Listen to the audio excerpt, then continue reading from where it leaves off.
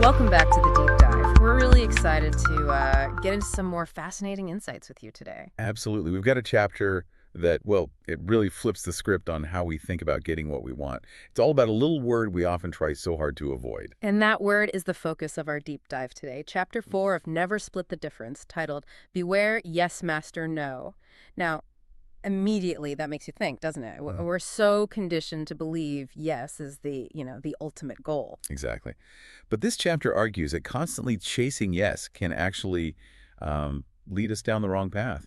Understanding and even embracing no can be far more powerful. More powerful, how so? Well, not just in big negotiations, but, in our everyday interactions, too. It's about seeing the real power in communication, then. The chapter kicks off with some very relatable scenarios, those moments we've all had with, like, relentless telemarketers. Oh, yeah. Pushing everything from magazine subscriptions to, what was it, frozen Argentine beef? Huh. Yeah, I remember that. It really highlights that uncomfortable feeling, right? Being pressured towards a yes. It perfectly captures that feeling of being cornered, doesn't it? It really does. That immediate urge you get to just say no, to get some control back. Even if it's a white lie sometime. Right. It just speaks volumes about how much we value our autonomy. Yeah. You almost feel that, like, instinct to push back just to reclaim your space. So the chapter starts by looking at this societal pressure, this focus on getting to yes, and how that can actually make us feel quite vulnerable, almost triggering that fight or flight thing when we feel like someone's trying to manipulate us. And that's where the relief of saying no comes in. It's almost instant, isn't it? That feeling of regaining power. Totally. The chapter even touches on the temptation to use no untruthfully, just to escape that pressure cooker situation. Which really shows you how much we crave that feeling of control. But then the chapter goes a step further, suggesting that maybe yes isn't as valuable as we think. Yeah, it can be a throwaway answer sometimes. Right, masking real objections. And maybe, forget about it. Maybe is even worse, total limbo. Exactly.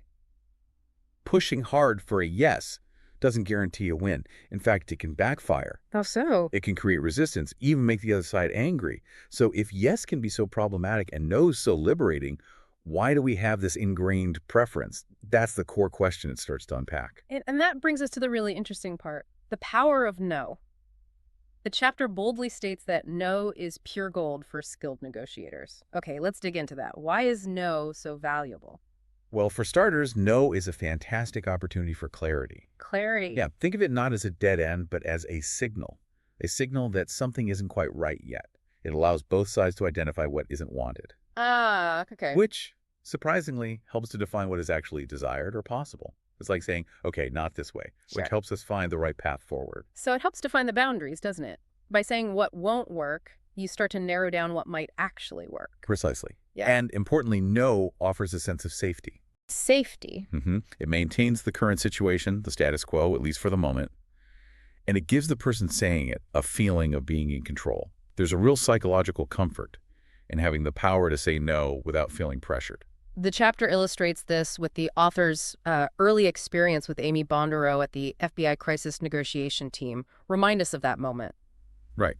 So the author, Chris Voss, he was keen to join the team, right? He approached Amy directly.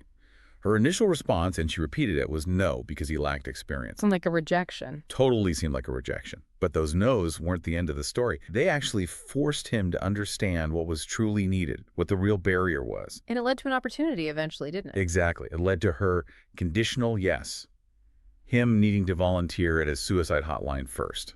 That's a great illustration of how no wasn't a rejection, but more of a not right now, or maybe a you need to do this first. Right.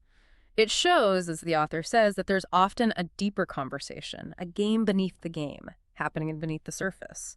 Exactly. That initial no wasn't the final answer. It was a catalyst for a different approach. The chapter also mentions NYPD Lieutenant Martin. Oh, yeah. Who proudly stated, a lieutenant's job is to say no. Huh. Okay. Which really highlights that no can be a protective mechanism, right? A way to prioritize and filter requests. And the author even reflects on his own interactions, I think it was with his son, realizing he often used no initially, but then became more open to discussion afterwards. Like once you've established that boundary. Yeah, you feel you've asserted your control. Then you can relax a bit and consider things more openly. That's a key point. No isn't necessarily the end of a conversation. It can be the very thing that allows a real negotiation to begin. And the chapter stresses that no is often about perception, not necessarily a fixed fact. So just how someone sees it at that moment. Right. It's frequently a temporary decision driven by maybe a fear of change or just a preference for the familiar, the status quo. This ties into Jim Camp's idea from Start With No about actually giving the other person the right to say no right from the start. How does that work? That sounds weird. It does sound counterintuitive, doesn't it? But Camp advocates for explicitly giving your counterpart the right to veto. Okay. By respecting their autonomy, their ability to say no, you immediately create a more trusting and, collaborative environment. It lowers the defenses. It's about acknowledging their agency, isn't it? Their power to say no, without any pressure or negative consequences. Precisely. And the author draws a parallel to hostage negotiation. Demanding surrender is far less effective than patiently communicating, talking things out. Right. Giving someone the space to say no achieves a similar effect. It reduces tension and opens the door for real dialogue. Because fundamentally, as the chapter points out, we all have this deep need to feel autonomous, to feel in control. We really do. And by granting that permission to say no, you're directly addressing that need, which helps to calm emotions and allows for better decision-making. Exactly. They feel respected, heard, and crucially, not like they're being pushed into a corner. This is why skilled negotiators often seek that no early on. They look for it. Yeah. They understand that it's often when that initial no comes out that the real work of understanding needs and finding common ground can truly begin. It shifts the focus from trying to force agreement to understanding their underlying concerns. So if we do hear no, how should we interpret it? The chapter gives us some really useful alternative meanings. It does, and this is crucial. The chapter encourages us to reframe no in our minds. It could mean, I'm not ready yet, or I'm uncomfortable, I don't understand, maybe I can't afford it. Or even, I want something different, I need more information. Or I need to talk this over with someone else. Exactly. There's so many possibilities behind that one little word. That list really changes how you hear no. It becomes less of a rejection and more of a starting point for asking more questions, for getting more understanding. Absolutely. And the suggested response is key. Pause. Don't react immediately. Then ask open-ended, solution-focused questions, or maybe label their emotions. Like what? Like, what about this doesn't work for you? Or, it sounds like you have some concerns about this part. Questions that invite them to elaborate, not shut down. It's about actively trying to get that no out early on, isn't it? Because that helps to clear the air and address any underlying issues directly before you go too far down the wrong path. Exactly. It saves you from investing time and energy pursuing a yes that isn't genuine or that masks deeper resistance. And this leads nicely into the idea of negotiating in their world. Right. Moving away from that self-centered approach, the chapter illustrates with Joe Businessman. Ah, yes, Joe Businessman. Focused entirely on his own getting to yes strategies, picturing himself winning. A classic example of someone completely stuck in their own perspective. And the chapter highlights the major flaw in that. Yeah. It often results in what it calls a counterfeit yes. The other party might agree just to make this guy go away, right? With no real intention of following through. That's where the three types of yes come in. Counterfeit, confirmation, and commitment. Can you break those down for us? Sure. So a counterfeit yes is basically an escape route. Someone says yes to get you off their back, knowing they'll likely find a way to say no later. Okay.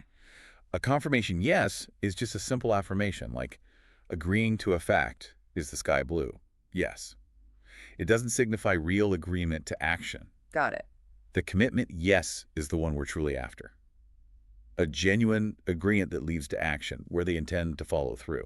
So we're aiming for that commitment, yes, but we have to be really careful of the counterfeit yes. That sounds similar, but is ultimately meaningless. Exactly. And the chapter points out how, people have become quite skilled at giving that counterfeit yes just to avoid pressure or maybe gain more information without committing. Because they've learned that sometimes it's the easiest way out. Precisely. They've experienced so many relentless pushes for a commitment yes that they've learned to use the counterfeit yes as a shield. And this relates to the idea that effective negotiation isn't about you performing. Right. It's about guiding your counterpart to feel like they've arrived at the desired outcome themselves. They need to own it. The author's experience at Helpline, the crisis hotline, really highlights this, especially that story about Daryl and the congratulatory yes. That's such a crucial story. Yeah. So Voss thought he'd really help this guy, Daryl, who was agoraphobic, afraid to leave his house. Mm-hmm. Daryl thanked him profusely at the end, said he felt much better. Seemed like a big yes, a success. Sounds like it. But his supervisor, Jim Snyder, pointed out something really insightful. He said Daryl congratulating Voss was actually a sign the call hadn't been truly successful. Why? Because Daryl should have felt empowered and, in a sense, congratulated himself for finding his own path forward. He hadn't taken ownership. Ah, okay. So if they're thanking you for fixing them, they haven't really internalized the solution and they probably won't follow through. It was more about Voss's ego than empowering Daryl. You nailed it.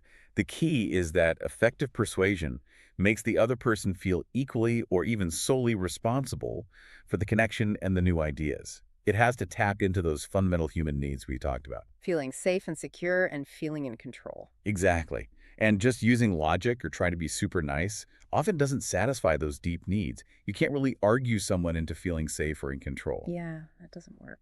But asking for no, inviting a no, directly addresses those needs. It creates that sense of safety and control, which paradoxically can then lead to a genuine yes of commitment down the line. An early yes, as the chapter reminds us, is often just superficial. Let's go back to the telemarketer example for a second. It really brings home the contradictions in how we think about yes and no. It does. We instinctively want to say no to those pushy tactics, don't we? Even if a yes might be a truthful answer to a simple opening question like, "Is this Mr. Smith?" Right. Just shows how saying no gives us that immediate feeling of safety and control when we feel like we're being pushed or manipulated. And the chapter suggests using questions that actually invite a no answer, like, is now a bad time to talk? Yes. Instead of the usual, "Do you have a few minutes to talk?" Why is that better? Well, think about it. A yes to, "Do you have a few minutes?" can feel like you're getting trapped, right? You've committed something. But a no to, "Is now a bad time," immediately gives them control. They can say, "No, it's fine," or "Actually, yes, it is." And if they say, no, it's fine, you know you actually have their focused attention. They've opted in. Exactly. And the story about Marty Evilsizer using a no-oriented question with her jealous supervisor is another powerful real-world example of this. Oh, yeah. Tell us about that one. That was masterful, really. Her supervisor was giving her a hard time. So instead of arguing, she asked him, "Do you want the FBI to be embarrassed?" Ooh, clever. Right. It directly addressed a potential negative outcome for him, prompting an obvious no. That no then allowed her to ask, "Okay, so what do you want me to do?" It put him in a position to define a solution that worked for both of them, giving in control. It's about subtly guiding the other person into a position where they feel like they're the ones making the decisions, steering the ship. Exactly. And the chapter wraps up with a really helpful summary of the key benefits of using no strategically. It really reinforces why it's such a valuable tool, not something to fear. Absolutely. Let's recap some of those. No allows the real issues to come to light. It protects us from making bad or ineffective decisions. It slows things down, gives space for thoughtful choices. Helps people feel safe and in control, which we keep coming back to. Yeah, that seems critical. And ultimately, it actually moves efforts forward. It's not an obstacle, it's part of the path. And the example of Ben Ottenhoff's fundraising script, remember that? For Republican congressional candidates. Vaguely. Refresh my memory. He used a no-oriented script, asking questions designed to elicit a no initially, and it resulted in significantly higher rates of return compared to traditional yes pattern scripts. Wow. That's compelling evidence right there. It's amazing how flipping that focus, thinking about what people might not want, can be so much more effective. It really is. And Mark Cuban's quote, "Every no gets me closer to a yes," really sums up that resilient and strategic mindset, doesn't it? It does. Keep going until you find the path. The chapter also mentions intentionally mislabeling emotions sometimes. Yeah, as a way to provoke a no and get them to correct you, which encourages clarification and engagement, like saying, "It seems like you're angry about this," when maybe they're just frustrated. They'll jump in to say, "No, I'm not angry, I'm just..." Gets them talking. And simply asking the other person what they don't want can be incredibly revealing, too. Definitely. And conversely, the absence of no can be a red flag. If someone is agreeing too easily or never pushes back, it might indicate indecisiveness. Or maybe they have a hidden agenda, or they're just not being honest. It suggests you might need to be cautious, maybe even walk away. No means no go, as the chapter succinctly puts it. No, no means no go. I like that. Finally, the chapter introduces that brilliant little technique called email magic. Right, the one-sentence email. Have you given up on this project? Exactly. Designed to get a response when you're being completely ignored. It's a fantastic way to apply the power of no in written communication when someone's gone silent. How does it work psychologically? Well, it taps into that fear of loss. People don't like to feel they're losing out or that they've dropped the ball. And it gives the recipient a feeling of control because it allows them to easily reply, "No, of course not, I've just been busy." It prompts them to clarify their position instead of just ignoring you. It's direct, maybe feels a bit confrontational. It is direct, but as the chapter argues, being ignored is arguably less respectful. This approach is sort of cloaked in the safety of allowing them to say no, and apparently it works across different cultures too. Interesting. And the chapter concludes by framing these techniques, this focus on no, as an anti-niceness ruse. What's meant by that? Not in a negative way, like being mean. It means it goes against that ingrained social pressure to just be nice and always aim for agreement. Instead, it's about being authentic and cutting through superficial politeness, the automatic yes, to get to what truly matters. Triggering no helps you get past the falsehood. So authenticity over superficial niceness. Lots of really actionable takeaways from this chapter then. Breaking the yes habit. Understanding that no isn't failure. Not aiming for yes too early. Using no strategically to create safety. Using it to engage unresponsive people. Negotiating from their world, their perspective. And using those no-oriented questions even in emails. Wow. Absolutely.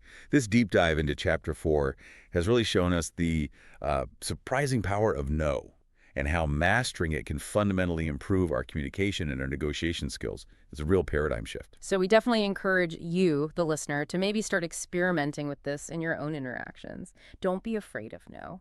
Embrace it, explore its nuances, and see how it can actually lead to more meaningful and ultimately more successful yes outcomes. Well said. And speaking of what's next, in our next deep dive, we'll be getting into Chapter 5. And that one promises to reveal the two words that can instantly transform any negotiation. Ooh, intriguing. Yeah, we're already looking forward to exploring those insights with you. Definitely something you won't want to miss. So stay tuned for our next deep dive as we continue to unpack the fascinating world of effective communication and negotiation. Thanks for joining us.